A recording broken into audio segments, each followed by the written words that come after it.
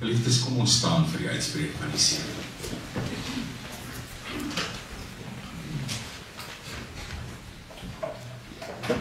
Here, in die woord sê jy dit. U ken my voordat ek gebore is. U ken my pad voordat ek begin stap. U weet wat my gedagtes is voordat hulle by my opkom. En as ek dit weet vanoggend en dit weer bely, dan maak dit my stil, Here, voor U grootheid en U almag. U die Vader wat alles geskep het. U die Seun wat vir my gesterf het en U die Heilige Gees wat met my besig is. Aan U kom toe alle lof, alle eer, alle heerlikheid tot in ewigheid. Amen. Met deel in die woord wat met Jesus se lydensweg aan die gang is. En as 'n mens na Matteus 5 kyk, dan gaan dit eintlik oor die begin van sy bediening. Dit was sy eerste groot preek, die bergrede. Maar daarin vind jy 'n tema wat 'n moeilike een is. Dit is 'n baie moeilike tema. En uiteindelik sou jy hierdie tema, of die uitvoering daarvan, aantref die dag by die kruis.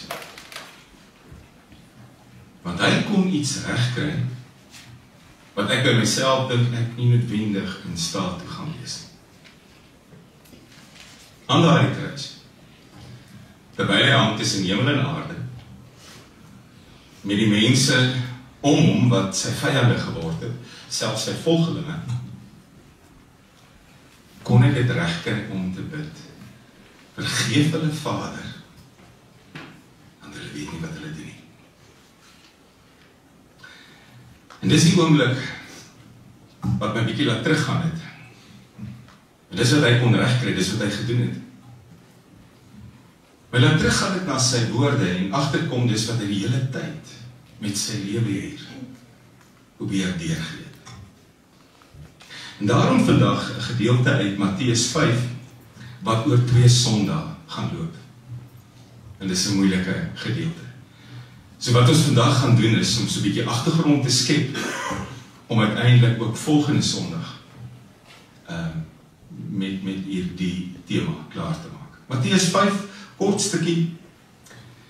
Die opskrif in die 83 vertaling maak dit al klaar vir jou moeilik. Liefde vir die vyand. Ek lees uit die 83 vertaling vandag en ek lees vanaf vers 43 Matteus 5. Julle het gehoor dat daar gesê is, jou naaste moet jy lief hê en jou vyand moet jy haat. Maar ek sê vir julle, julle moet julle vyande lief hê en julle moet bid vir die wat julle vervolg, sodat julle kinders kan wees van julle Vader in die hemel. Hy laat immers sy son opkom oor slegtes en goeies, en hy laat reën oor die wat reg doen en die wat verkeerd doen. As julle net die lief het wat vir julle lief het, watter loon kan julle dan nog verwag? Maak die tollenaars nie ook maar net so nie. En as julle net julle broers groet, wat doen julle meer as ander? Maak die heidene nie ook maar net so nie. Wees julle dan volmaak, soos julle hemelse Vader volmaak is. En dis daai deel van die bergrede, daai deel van die preek wat 'n mens baie keer dink dis seker maar vir iemand anders bedoel. En dis nie maklik nie. Voordat ons daarna kyk, kom ons raak eers rustig. Kom ons bid saam. Here, ek het vanoggend opgestaan en ek het gereed gemaak. En ons is saam hier om U naam groot te maak. Dit wat ek doen ek uit my hart uit. Dit is nie 'n ritueel of 'n stukkie bygeloof of 'n gewoonte nie. Ek wil hier wees. Ek wil ook, soos wat ek elke dag in U teenwoordigheid leef, saam met ander my geloof ook op hierdie oomblik bely. Ek wil in die teenwoordigheid van ander mense vir u kom sê, Here, dat dit 'n voorreg is om saam met u die pad te stap. Dat dit 'n voorreg is om by u te leer, dat ek nooit oud genoeg word, Here, om te dink, ek het nie meer nodig om te leer nie. Somtyds word 'n mens omkant gevang deur 'n lewensles, 'n stukkie inligting, 'n stukkie wysheid en kennis van u kant af deur die Heilige Gees, wat 'n mens nog nooit op so 'n manier na iets laat kyk het nie. Saam met u, Here, bly ek 'n ewige student. En ek het so baie om te leer. Ek het so baie om te leer, Here. Dankie dat ook hierdie dag deel is van my lewe. Dankie dat ek vanmôre kon wakker word. Dankie dat daar 'n huis is, 'n plek is waartoe ek kan teruggaan. Dankie, Here, dat u vir my die vermoë gee om te beplan, na die volgende week te kyk. Die vermoë om dinge te lys, die vermoë om my gawes te gebruik, my talente tot u eer van u naam. Dankie, Here, dat u my lewe volmaak. Het is baie keer maklik om net die donker te raak te sien. Kyk jy dikwels na die wêreld om jou, hoor jy wat al die nuus, is dit dikwels net slegte goeders, Here. 'n kind van u leef anders. Ons soek na die lig. Ons leef in goeie nuus, Here. Ons smag na die goed wat ons opbou, sodat ons ook kan deel wat in ons lê. As ek dikwels my koers verloor het, Here, as ek somtyds geword het, iemand wat saam met die wêreld praat en soos die wêreld praat, Here, sien my berou en bly met my besig. Maak my oë oop om te fokus op die grootheid van u sorg. Dankie, Here, dat ons ook hier die geleentheid kry om vir ons eie mense te bid. My geliefdes, my gesin, my kinders, my ouers. Maar ek wil ook verder bid, Here. Ek wil ook bid dat daar waar daar nood is, dat u sal voorsien soos wat net u kan. Dat daar waar daar donkerte is, Here, dat u lig sal deurbreek. Dat daar waar mense dink ek is buite die kring van u genade. Dat u my dikwels sal toerus met 'n blyk, 'n woord, 'n gedagte om my hand uit te steek. En dis hoekom ons hier is, Here. Dankie dat u na ons geliefdes omsien soos wat net u kan. Dankie, Here, ook dat ons hier kan uitstap en weet u bly nie agter nie. Ek ontmoet u nie volgende Sondag of wanneer ek terugkom weer hier nie. U is met my. Oomblik na oomblik en tree vir tree. Aan u kom toe alle lof en eer tot in ewigheid. Amen. Ek hou so 'n bietjie van die winter, geliefdes, as ek die hoë note vat, dan sweet ek nie so erg. Maar in die somer is dit moeilik om die hoë note te vat. Die barmhartige Samaritaan. Een van die mooiste gedeeltes in die woord van die Here, maar ook een van die mees konfronterendste gedeeltes in die woord van die Here. Wanneer Jesus in Lukas 10 die gelykenis van die barmhartige Samaritaan vertel, kry jy te doen met Jesus die prediker. En anders as baie van ons predikers, het hy die vermoë om iemand saam met hom te vat, eintlik in hierdie prentjie in te trek. Dis wat hy gedoen het, ook hier. Jesus die prediker, kom nie net en skets 'n beeld van iemand eendag iewers in. Hy sê eintlik, kom stap saam. Kom beleef hierdie wat ek vir jou vertel, kom beleef dit aan jou lyf. En voor jy jouself kry, is die vraag eintlik daar sonder dat jy dit vra, wat sou jy doen? Wat sou jy doen? As jy in hierdie ou se skoene was, as jy hierdie beleef het, wat se tipe reaksie sou daar by jou gewees het? Hoe sou jy opgetree het? Wat sou jy gedoen het? Hoe sou jy gereageer het? Sou jy gestop het en gehelp het? Of sou jy ander pad gekyk het en ver langs verby gegaan het? Want dis die twee goed wat die priester en die leviet gedoen het. Ander pad gekyk en ver langs verby gegaan. Ons doen dit ook nog baie keer. Met nood en ellende, ons kyk baie maklik ander pad. En ons gaan ver langs verby met die hoop iemand is naby genoeg om tog maar te help. Dit gebeur. Nou Lukas 10 is by dieselfde oomblik as waar ons verlede week was. Verlede week in Matteus 22 het daar 'n wetgeleerde gekom en hier op die doodsneuke van Jesus se lydenspad vir hom nog 'n vraag kom vra, 'n moeilike vraag. Wat is die grootste gebod? Jy onthou die Here se antwoord, liefde vir God, liefde vir jou naaste soos jouself. Liefde ook vir jou. Nou Lukas 10 is ons presies by dieselfde oomblik, of is by 'n ander oomblik wat presies dieselfde geklink het.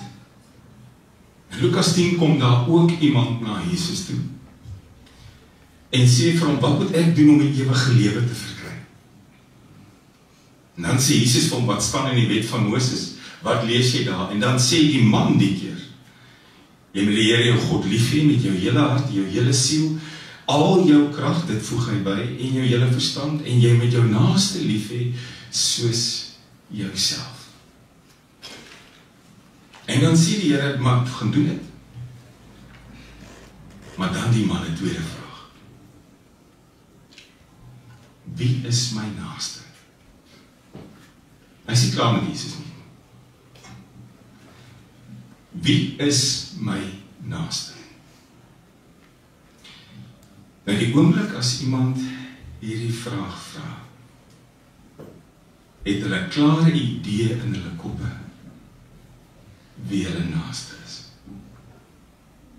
Hulle het klaar die antwoord. Hulle het klaar die antwoord wat vir hulle werk. Op hierdie oomblik wil hy net hoor by Jesus, of Jesus se antwoord so syne lyk, en of Jesus se antwoord korreleer, of Jesus aan boord is, met wat vir die Jode aanvaarbaar is. Eintlik wat hierdie man doen, hy verwag dat Jesus vir hom presies gaan sê wie sy naaste is. Hy verwag 'n lysie van mense wat op daai naaste lysie is. En die Jode het gehou van lysies, want hulle het gehou van swart en wit. Hulle het gehou daarvan om presies te weet, wat mag jy doen en wat mag jy nie doen nie. En baie keer het hierdie ouetjies die wet van God so bietjie gerek, om in te pas en aan te pas, by wat vir hulle reg was. Nou weet hierdie mense, dis klaar moeilik om jou naaste lief te hê, is dit nie? Dis partykeer vrek moeilik om jou naaste lief te hê, veral jou naaste naastes, wat die wêreld vir jou moeilik kan maak. Dis moeilik om hulle somtyds lief te hê. En nou wil die ouens gou weet, voordat ons hierdie kontrak teken, liefde vir God, liefde vir jou naaste, wil ek net gou die fyn skrif sien. Ek wil net gou sien of dit die moeite werd is. Ek wil net gou sien of ek nie 'n ding hier gaan teken wat ek nie kan doen nie. Praat van liefde vir jou naaste, dan trek ons dikwels die kringetjie kleiner, want dit is makliker. As daai naaste 'n te groot kring is, dan raak dit te moeilik. Net nou kan ek hierdie naaste nie lief hê nie, en net nou stel hierdie naaste my in verleentheid. In die Jode se geval was hulle naaste hulle volksgenote. As jy nie 'n Jood was nie, was jy gesien as 'n vyand. En 'n vyand kon jy maar haat. Baie eenvoudig. Naaste lief hê, vyand haat. Wie is my naaste? Dis 'n vraag wat vandag nog gevra word. Ek kry dit baie keer. Sommige oor 'n koppie tee en 'n beskuitjie. Dominee, wie is jou se naaste? Dis 'n vraag wat ek ken, is 'n vraag wat jy ken. Dis 'n vraag wat ons baie keer vir mekaar vra. En soos die Jode daai dag, vra ons dikwels hierdie vraag met my eie antwoord klaar in my kop. Geen nie enkele om wat jy sê nie. Ek wil net hoor, is my antwoord reg? Geen nie enkele om wat Jesus my vra wat dit aanbetref nie. Want ek weet wat ek weet en ek is gemaklik met my eie antwoord op die vraag, wie is my naaste? Eintlik vra ons baie keer die vraag om uit te vind wie nie ons naaste is nie. Want dan hoef ek nie van jou te hou nie. Dan kan ek jou maar 'n ander kategorieë plaas. Dan kan ek maar sorg dat my vyande bly. Want ek hoef hulle nie lief te hê nie. So op grond van hierdie vraag, wie is my naaste, kom Jesus en dan vertel hy die gelykenis van die barmhartige Samaritaan. As jy nog altyd gedink het, hierdie was net Jesus wat begin praat het oor 'n barmhartige Samaritaan. Die hele gelykenis was die antwoord op 'n vraag. Wie is my naaste? Waaroor gaan die barmhartige Samaritaan? Iemand kom af op 'n verskriklike, moeilike toneel. Daar lê iemand langs die pad. En hy is ordentlik verinneweer. Hy is foosgeslaan. Hy is goed verniel deur 'n booswig of 2 of 3. Iemand kom op hierdie padgeslaande mens af nadat ander daar verbygegaan het en nie gestop het nie. En nou is daar 'n stuk ironie. Die ander wat verbygegaan het was mense van God. Was 'n priester en 'n leviet. Dis mense wat sê ons lewe baie naby aan God. Kyk jy die kringetjies om God, is ons in die binnekringetjie. Op hierdie stadium waar hierdie ou daar verbygaan, by daai padgeslaande mens, is daai 2 al daar verby, maar het ander pad gekyk en vinnig verbygeloop. En dan kom die ou daar verby. Die 2 wat moes stop, het nie gestop nie. En die een wat nou verbykom, is nie veronderstel om te stop nie. Hoekom? Want hy is 'n vyand. Hy is die vyand. Die Jode het die Samaritane gehaat. Dit was soos vangoed. Waar het begin? By broederskap, hulle was almal saam een, en toe kom die Assiriërs paar 100 jaar gelede en voer die 10 stamme weg, wat noord gebly, die ander 2 ondersuid het gebly, voer die 10 stamme weg, maar hulle kon nie almal wegvoer nie, het 'n paar oorgebly, wat weggekruip het. En die span wat oorgebly het, wat nie weggevoer is in ballingskap nie, het met heidene getrou en hulle het die Samaritane geword. So hulle was onrein, sleg, gemors in die Jodese oor. Die spul wat teruggekom het en die 2 onderstamme het hierdie mense altyd met groot walging dopgehou. Trouwens, die haat en die vyandskap tussen die Jode en die Samaritane was so groot. Daar's 'n Joodse wet, ek het dit een keer al genoem, ek noem dit vandag weer. Daar was 'n Joodse wet wat sê as jy verby 'n muur loop wat omgeval het en jy hoor iemand lê onder daai muur en die persoon het dit oorleef en daar is 'n gekreun en jy tel die stene op en dis 'n Samaritaan wat daar lê, vervloek jy hom eers en dan sit jy die stene terug.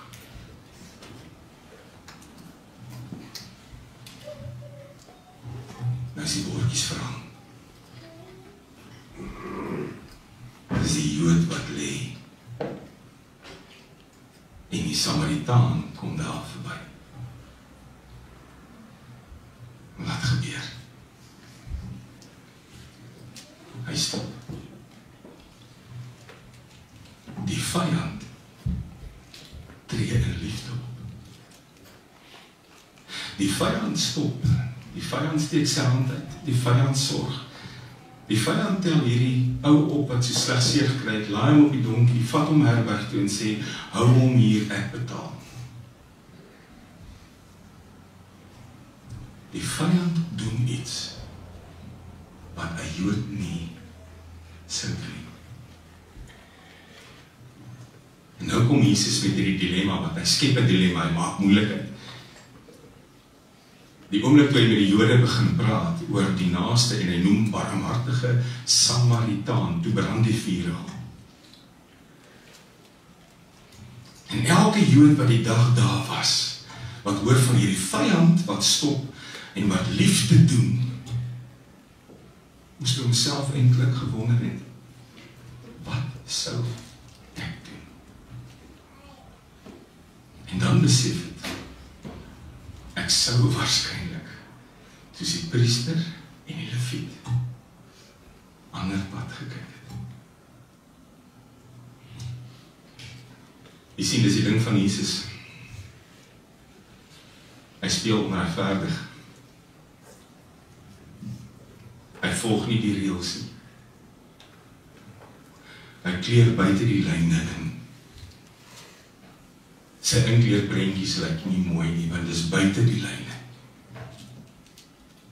Dis buite die lyne waar dit veronderstel is om te wees. Wat doen Jesus? Hy skep 'n dilemma, hy skep ongemaklikheid.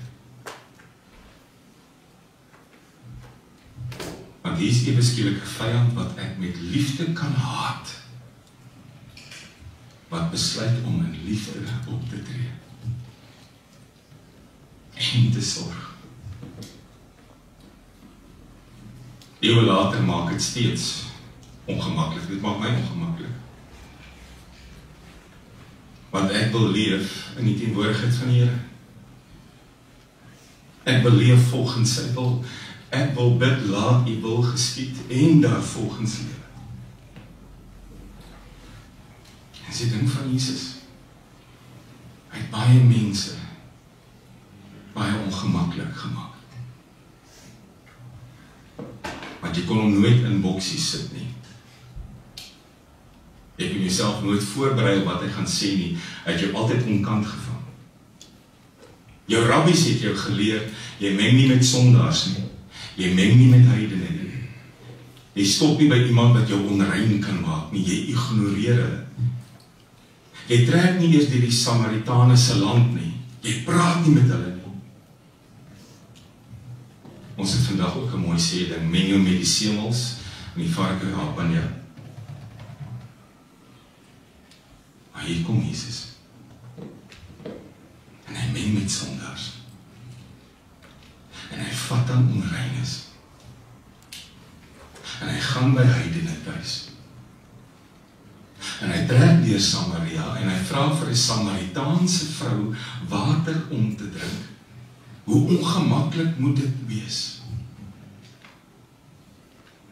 Hoe ongemaklik moes dit nie soms vir die arme 12 disippels gewees het, wat saam met hom gestap het nie. Maar nou nog die vriende dan. En dis die laaste stukkie voorbereiding vir volgende Sondag.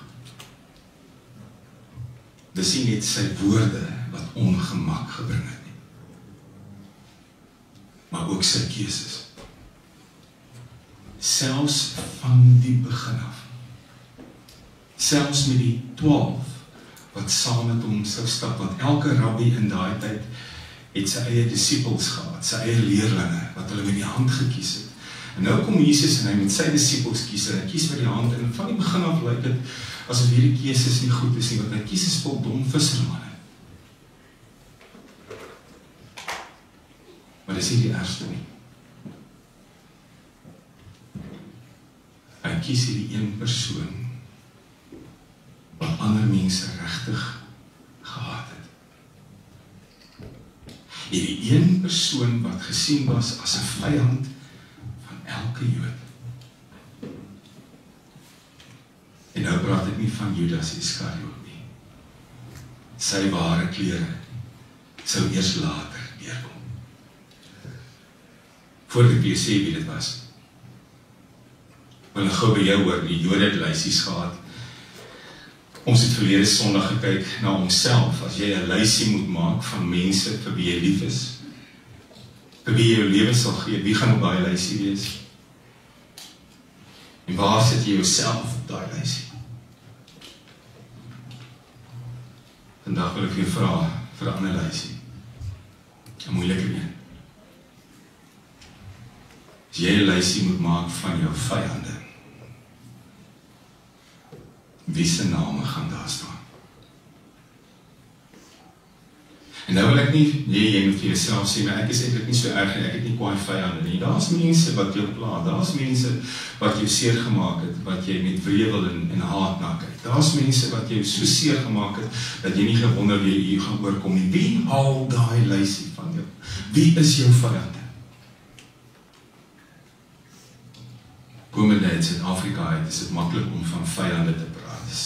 Dis die ouens wat nie respek het vir ander lewens nie. Dis die roekelose mense, dis die verkrachters en die moordenaars en die bloeddorstiges. Maar dikwels is die grootste vyand in 'n mens se lewe die een wat op 'n stadium baie na aan jou was. Die een vir wie jy regtig lief was. Die een wat jy regtig vertrou het. Die een saam wie jy 'n lewe wou deel, die een saam wie jy 'n toekoms wou maak. Die een wat gevoel het soos 'n broer of 'n suster. En daai vyand bring nie woede nie, dit bring dikwels seer en teleurstelling.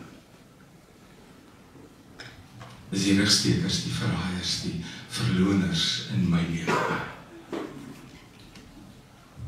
Nou kom Jesus by Matteus 5 en hy sê, julle moet julle vyande lief hê. Ai, Here, hierdie kite wil nie vlieg nie. Dit is nie maklik nie. En om dit nog moeiliker te maak, die woord wat hier vir vyand gebruik word, is 'n baie sterk woord, ektros. Ektros beteken vyand, teestander, gehate een. Men is afgeleid van die woord ekto, wat haat beteken. Kom ons lees hom ook so, julle moet, julle vyande, teestanders, en die wat julle haat, lief hê. Wanneer iemand 'n vyand is, en jou op 'n stadium diep seer gemaak het, die mat onder jou voete uitgepluk het, jou vrede weggevat het, jou diep geskenk het, is dit maklik om te haat. Partykeer lees 'n mens Jesus se woorde in die Bybel. En dan wens 'n mens dat dit nie daar gestaan nie. Dan wens 'n mens hierdie vers was nie in die Bybel nie. Dan sê 'n mens, Here, dit sou makliker gewees het om U te volg as hierdie nie hier gestaan het. Julle moet julle vyande lief hê. Die dag toe Jesus hierdie een disipel kies, toe wys hy eintlik wat hy bedoel. Saam met die haat vir die vyand, die Samaritane, was daar in Jesus se tyd ook die haat vir die vyand, die Romeine, want hulle het hulle onderdruk. Maar daar was iemand wat hulle nog meer gehaat het as 'n vyand. En dit was die tollenaars wat vir die Romeine gewerk het. Want tollenaars was gewoonlik Jode, was nie Romeine nie, was mense, was een van hulle wat Rome eintlik aangestel het om tolgeld by hulle eie mense te kry. Tollenaars was mede-Jode wat in hulle huisies gesit het. En as 'n arme Jood daar verbystap, moes hy stop en belasting betaal vir Rome. En tollenaars het gewoonlik op kommissie gewerk. So hoe meer geld ek gevat het, hoe meer geld vir Rome, hoe meer geld het ek gekry. Tollenaars was ouens wat skatryk was, al was die res van die volk brandarm. Toe Jesus die dag disippels kies, stop hy by hierdie een vyand in sy tolhuis. En hy sê vir hom, volg my. Jy weet wie die tollenaar was, nie? Mattheus. Levi. Die ou wat hier geskryf het, wat die Here gesê het van, julle moet julle vyand lief hê. Het op 'n stadium gevoel hoe dit voel. Wanneer daai woorde dade word. Hy het die dag by Levi of Matteus se tolhuis gaan staan en gesê, volg my. Nie gesê, draai jou lewe om, laat jouself doop en kom nie, volg my. En die vyand van die volk het dit gedoen. Die vyand van die volk kry 'n volg my en hy stap agter hierdie rabbi aan, wat gaan van die wêreld word. Net daarna is die fariseërs ontstel.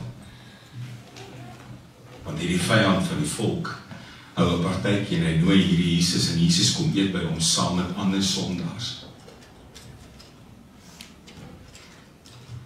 Hoe durf hy? Hoe durf hy iemand op die vyandlysie sê, volg my. Uiteindelik is daar groot woede en frustrasie omdat Jesus saam met die tollenaars eet. Daar's nêrens opgewondenheid oor 'n verlore siel wat gered is nie. Daar's nêrens opgewondenheid oor iemand wat ver was, wat nader gekom het nie. Ek sluit af. Ons voorbereiding vir volgende week is basies klaar. Wanneer Jesus sê, volg my, was daar gewoonlik een van twee reaksies.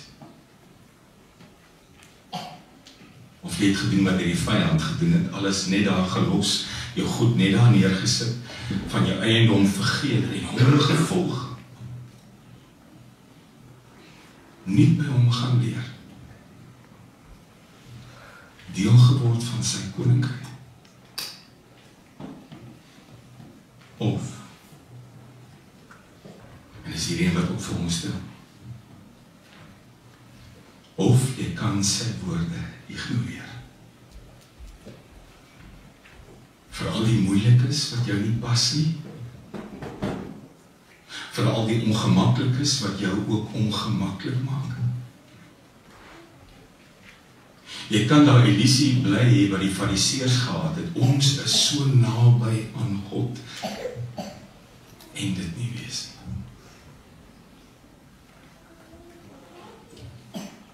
Ek wil jou vandag huis toe stuur met 'n opdrag, en dit gaan die vreemdste opdrag wees al ooit in jou lewe, of dalk nie. Ek wil vir jou sê, gaan huis toe, en gaan raak ongemaklik.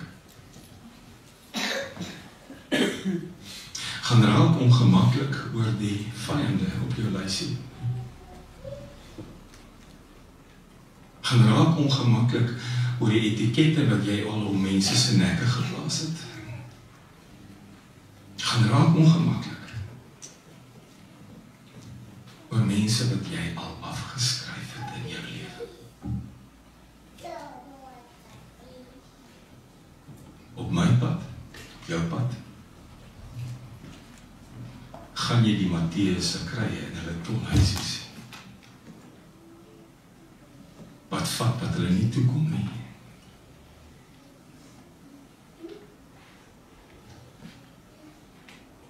As daar 'n volg my vir hulle kom, en hulle doen dit, waar laat dit jou? Amen.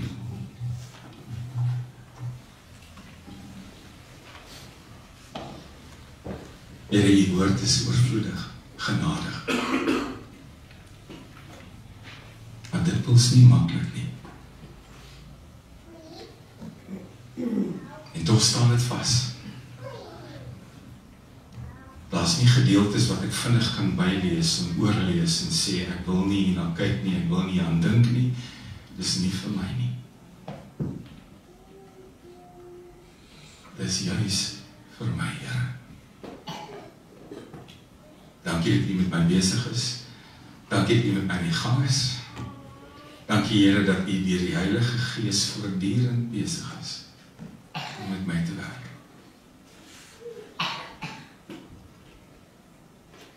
Ek wil nie die een wees wat U woorde hoor en my gesig aan 'n kant te draai. Gebruik die Heilige Gees, Here, om ook in hierdie week, terwyl ons onsself voorberei vir volgende Sondag, met ons harte te werk. Amen. Here, ons vra U seën en ons vra U leiding in die week wat kom. Ook waar ons besig gaan wees met U woord. Die woord in ons lewens, die riglyne, die teenwoordigheid. Laat dit wees tot die eer van U naam. Amen.